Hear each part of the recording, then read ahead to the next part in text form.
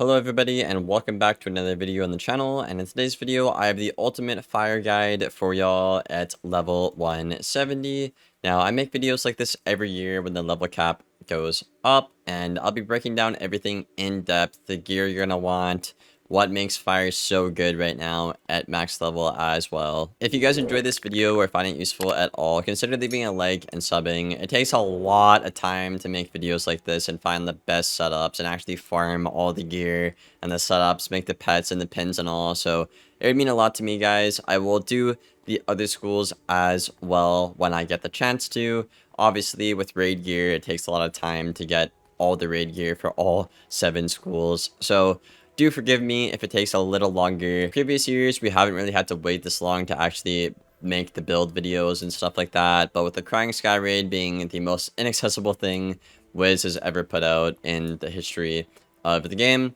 it does obviously take a little bit of time to do. So I do apologize for that in advance. But yeah, I hope you guys enjoy the video. Let me know what school you want to see next in the comments below. And yeah, let's get right into it. Starting off with PvP, I do not actually have the pet made right now, but I can tell you guys the exact numbers you will have, and my stats are pretty much as close as you can get to them.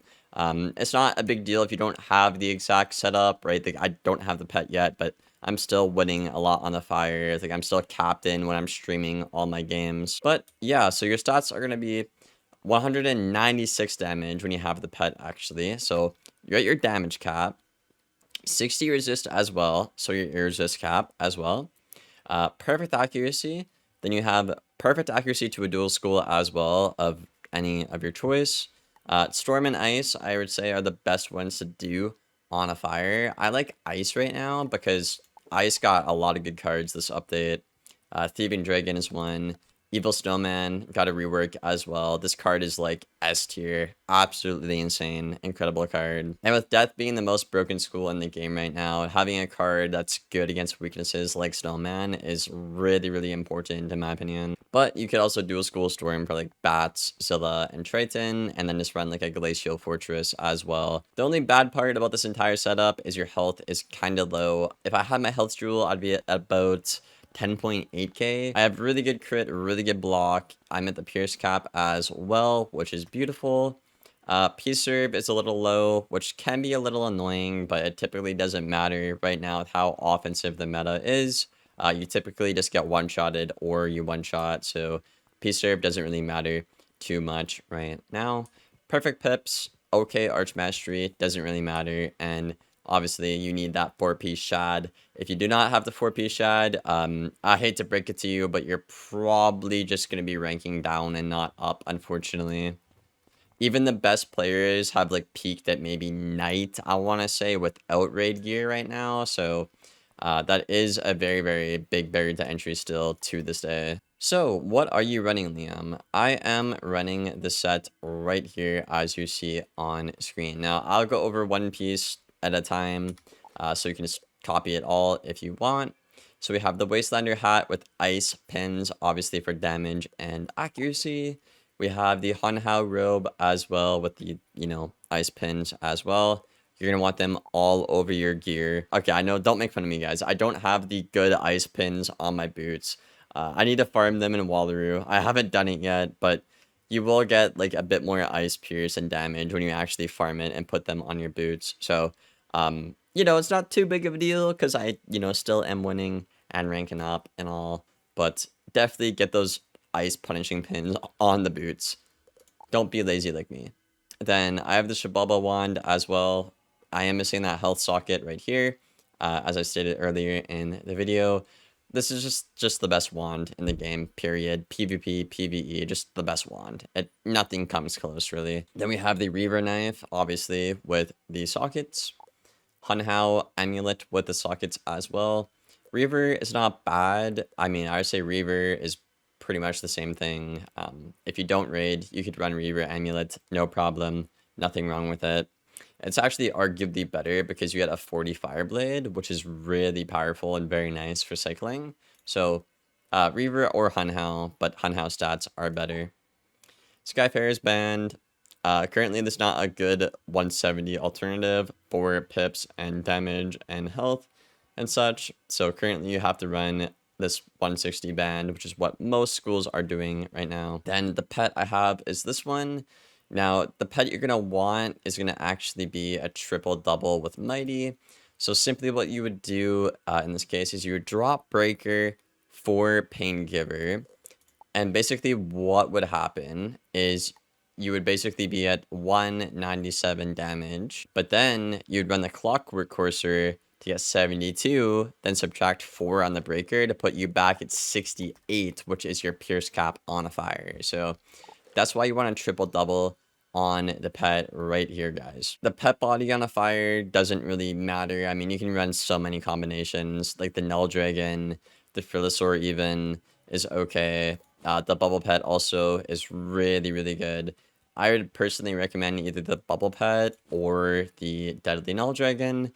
In the meta right now, I'd say the Null Dragon's a little better, but the bubble pet is also really, really good as well. And then I have the Reaver deck. The bubble deck also is really, really good if you have it. Now, this is my personal deck setup, and the plan is basically to play around this card right here. This card is like one of the best cards in the game right now, like probably S tier, you know. On a fire, you can simply just stack a lot of buffs. It's kind of similar to PvE Storm in a way, but unlike Storm, you can just simply click King Artorias and not have to pack like 10 minnows, 10 shatters, and 10 pierces. You can just simply pack this card, and then all you really have to do is buff up a lot and be prepared for weaknesses, right?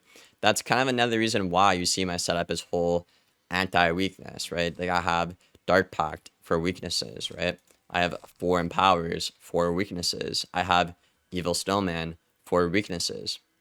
The only way somebody can stop you on a fire right now in the meta is by weaknessing you. So if you simply set for that part of the kit and you're a good player, like, and you hardly ever deck fill, like, you cannot lose. Generally, I would say if you get your counter matchups, you're going to want to play around with like cards like Brimstone and King Artorias, but you can also do a dot strat on the fire as well with these cards right here. And what's really nice about fire right now in the meta is like you don't have to do like just one thing, like play for a King Art. You could, but you can actually pack things to be flexible like my deck is and win a lot as well. In TC, we have our utilities, our buffs, our debuffs, and our counters with the above damage per pip cards like Everburn, Immolate, and Sun Serpent. So basically you can draw for big hits inside late game, and then early game you can draw for buffs and stuff like that to preserve the tempo. So yeah, you're either going to be blowing people up on your fire with King Artorias, or you're going to simply play around with, you know, comboing your dots and stuff like that. Something I like to do a lot is if people like single blade and then try to Stormzilla your dots off, you can actually wall the blades, take away the Stormzilla and their single blade, and protect yourself. So you actually get like a net positive in terms of tempo. But yeah, it's pretty much everything I got for the video, guys. I'm probably going to have a match here at the end for you guys to look at some fire PvP and kind of get an idea on what you may or may not want to do, and see if you would like the kind of playstyle that is, you know, fire in the current meta. I hope you guys enjoyed. Leave a like and a sub if you made it this far, and enjoy the gameplay. I will see you on the next one. Thank you for watching, and take care, y'all. Is that Tass on the myth, dude? Okay. Well, I am playing meta now, and I think meta fire does destroy myth now. But I do need his pull stun block, and I did get it. Nice. Okay. Noise, dude. They have a fuel pet, which means I might want to hold on to that Immolate in my hand. Let's go ahead and get rid of all that. Do that. Nice stuff, dude. Nice stuff. Now we can't get Bassied, which is huge. Huge of a deal. Pact is pretty good. I might want an Ice Pip in case he Blade stacks. Okay, good move. Yeah, I'm gonna want an Ice Pip here. And Blade. The Pact is good if they weakness, and they kind of have to weakness to debuff, right? Okay. Am I gonna want a Glimpse? Maybe. Weakness? Okay. Now, are they gonna have a blade counter is the question. I'm gonna aura first. And go from there. I think they might quake. If I had to guess. But if they don't have blade counters, I think they're kind of just screwed. What's that, a blade? A shield, really. Interesting. Okay, well in that case, I'm gonna go ahead and get rid of quite a bit here. And yeah, I'm gonna go for that, I think. Sorry, an ice pip again, and do that. I need to pull a Fire King art right here. They did get an ice pip. So they could blade counter, but if they blade counter, I need to pull the shield counter. Which I did not, unfortunately. Really? If I had a Fire King art here, I just won on the spot, I think. Okay. Well, I could get rid of that. Get rid of that. I could do this. What if it shifted? Not much you can do, really. A Fire King art just would have won you the game. But I do have a double buffed Scion out of this, which would kill him. Crit, okay. I'm kind of hoping it doesn't get shifted. It shouldn't, but we'll see, dude. Oh, it's so much, dude. That's so much. Yeah, I'm gonna want a Dark Surge here. I mean, I don't think she can fuel because of Scion kills, right?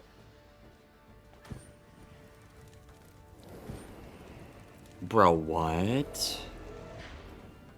Okay, I think my last double buff Scion to a myth did like 8.7. So if that's doing 700 a turn. Oh, it'll be close, y'all. I'm gonna take it, bro. I mean, I feel like I'm not dead to a triple buffed base gen. I'm a fire. I may be a storm, but I'm a fire. I have a bit better block and a bit more health. So I want to say I'm okay. Yeah, so she'll live a turn here and then die to the OT. I thought it would have done a bit more. We'll see, dude. I shouldn't be dead to a base gen. She's dead next turn. It should be a base gen. Yeah. Yeah, I'm pretty sure this maybe does like 9.9k max. I'm pretty sure it doesn't kill. I could be very wrong though. Yeah. So I'm fine. Then she dies to the dots here. Nice. But yeah, Fire King art into like a Everburn would have been the best move, for sure. But we'll take that. If she shifted, she wouldn't have been able to buff. And I could have just OT'd. And like shielded and like won again, right? So GG's, dude.